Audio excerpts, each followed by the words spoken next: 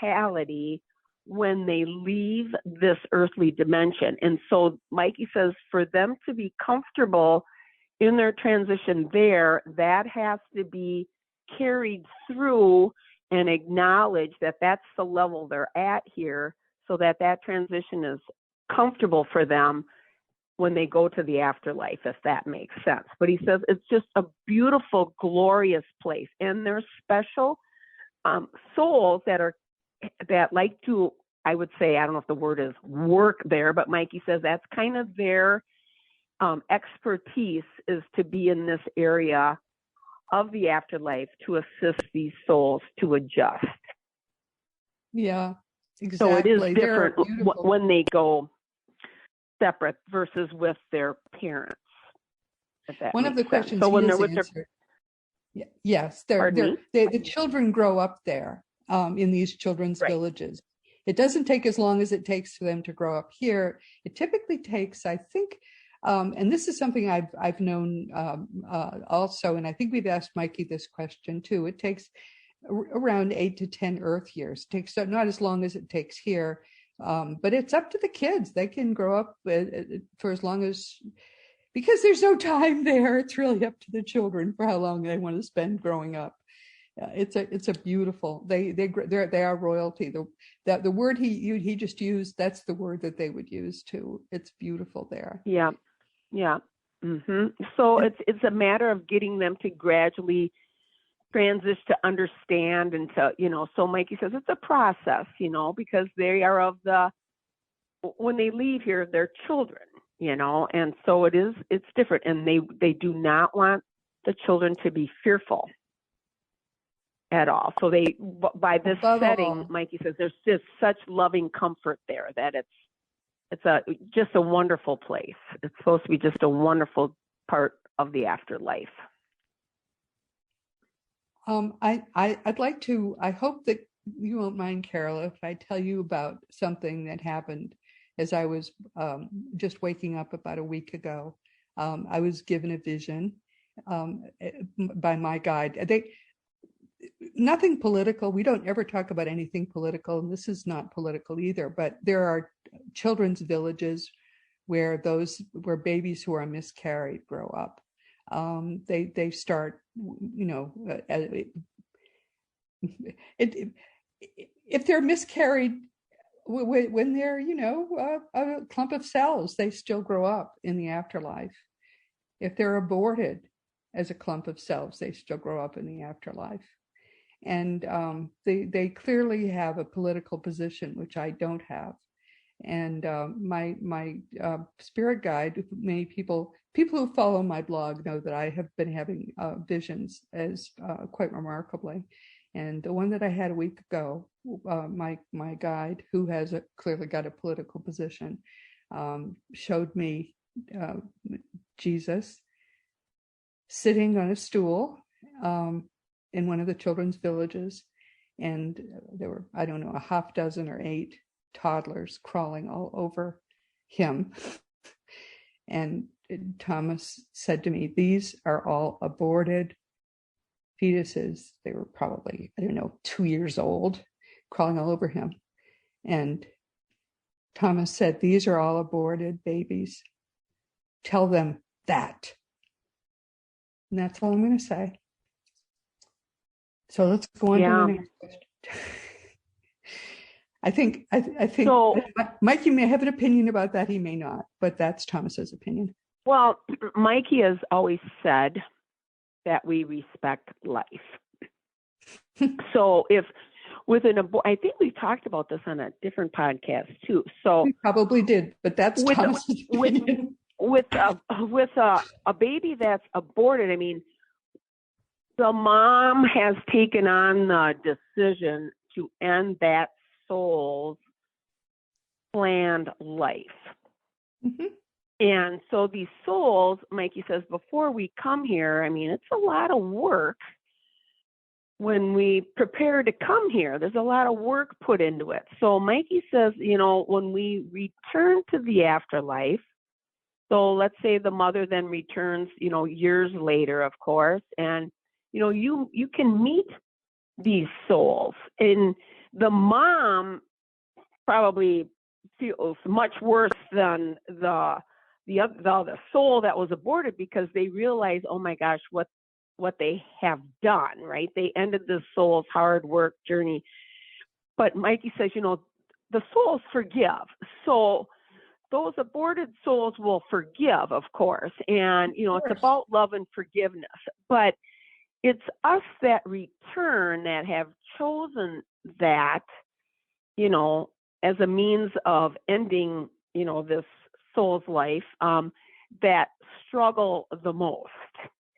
So Mikey says, we may make, an individual may make that choice here, but when they return to the afterlife, it may be a little bit tougher for them to accept what they did. You know what I'm saying? So they will need a lot of guidance and can struggle with that decision that they have made to do that, because they realize what they have really done. You know what I'm saying? They will meet those young adults who will hug them and love them and call them mom. That's what's going to happen. Those toddlers that Jesus was allowing to crawl and what a beautiful scene that was, I have to say. It looked like morning, and all those little children were crawling all over Jesus, who was loving every moment of it. What a beautiful scene. But they're going to grow up there, and they're going to call their mother's mom. And you're right. It's and Mikey hard does to forgive say, themselves then. Yeah.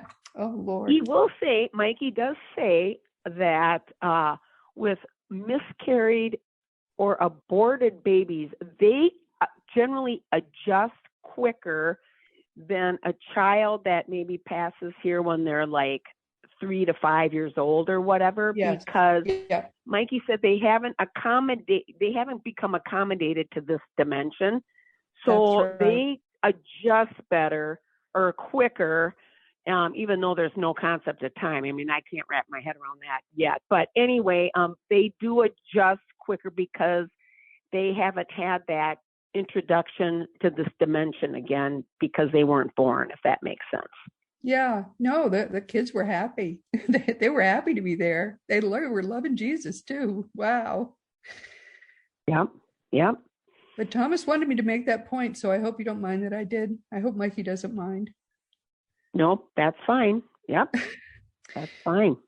Okay, so we go on. All right. Why is it that when we return here or reincarnate, we forget our previous life experiences, Mikey, and what we've learned before? We don't really forget what we learned before, though, do we, Mikey? We just forget the previous lives. We forget the previous lives, but as we know, there are many bleed throughs that can happen with previous lives when we come here. I mean, those influences bleed through and can show up in our next lifetime. So first of all, Mikey will say, well, you don't go into a classroom knowing all the curriculum before you take your class and your test, okay? So he tries to use like a school analogy with this, so we do still have the knowledge, but it's more, he talks about our higher self, and that knowledge is more, with our higher self that resides in the afterlife when we're here. And Mikey, of course, describes that as our suitcase of knowledge that we've gained through all our experiences that we've had in this dimension or other dimensions and in the afterlife. So, but he says when we come here and not recall some of these past lives, that makes it so that, we're kind of on a clean slate where we again make choices of the experiences that were thrown here and how do we handle them. And obviously, you hear the term of people, they'll say, oh, that person's an old soul, because boy, they're wise with certain things. So Mikey says, what that is that wisdom has come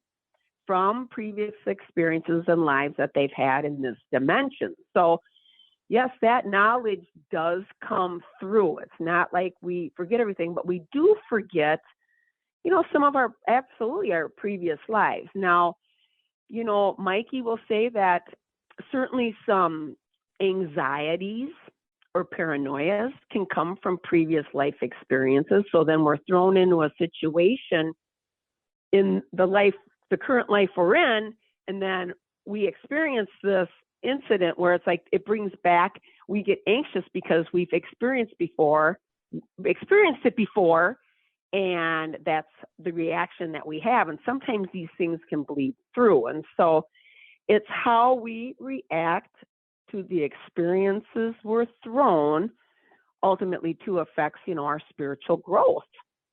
And that's why we're here in the first place. And he does say that there's these, and I know there's these past life regression therapists that can actually help people if they're trying to overcome certain things from that bleed through from previous lives. I mean, certain anxieties and stuff Mikey says, can be helped tremendously through past life regression therapy, through hypnosis and whatever, if you can, work through these things that are underlying that give us trouble when we're here. So things that happen in previous lives does come through for sure. It can come through, it can bleed through, because this is, the dimension where we've experienced these certain things, before, if that makes sense. Yeah. So well, what causes that? Is it something reminds us of a previous life? Yep. That can give us anxiety. So it can bring, if you have, so they'll say people in combat. Okay. So I'll use this example, and I think there might even be a book about past life with children and stuff. Well, they'll talk about where, let's say you're in a war and you have all this violence and anxiety. You're in a war and you're in a plane and you're over the ocean and you see this swirly water or whatever. And, in the wartime, maybe you crashed into the ocean, okay, with the fighter plane, let's say. So now let's say you're in this lifetime and you're flying on a trip, on a vacation, and you're flying over the ocean and you look out the airplane window and you see swirly water or whatever. And that can trigger that emotion that you felt from that previous life. And you can have a feeling of anxiety. And so Mikey says certain visual things can absolutely trigger the emotion that was associated with that same visual that you had in a previous life. Does that do you see what I'm saying? Yep. So that whether you have fear of heights or fear of, these paranoias and anxieties, that can be triggered visually from something you experienced that scared you or terrified you in a previous life. So then you get that anxious feeling. You'll get an anxious feeling. And so Mikey says sometimes you have to literally work through that, through therapy or whatever, to get that to go away. And so he says some of these anxieties and paranoias certainly anxieties can come from previous life experiences, because it triggers that emotion when you see it again. Yep. You know what I mean? So he has talked to me about that, because I've asked that. Someone asked that question, I think, on Afterlife forums once. Fascinating. So, okay. So it's a bleed through. I mean, it can be a bleed through, and that's the same with deja vus. People can go on a vacation and they'll say, I've been here before, but I know I haven't been here before. Well, you might have been there before. Or even in a similar place. Maybe it's not the same place, but it reminds you of a place. It reminds you of a place. So people will say, boy, you hear a lot of this deja vu, and Mikey says that can be a bleed through from a previous life. It's a recall from a previous life of that vision of what you're seeing, So, but he talks about deja vus, and I mean, that's can be a bleed through, and then anxieties can be too. They can be triggered from an experience from a previous life. Fascinating. And someone who helps with that, again, a little plug for my friend Peter Wright, but he really has helped people. I have heard of all the people I've ever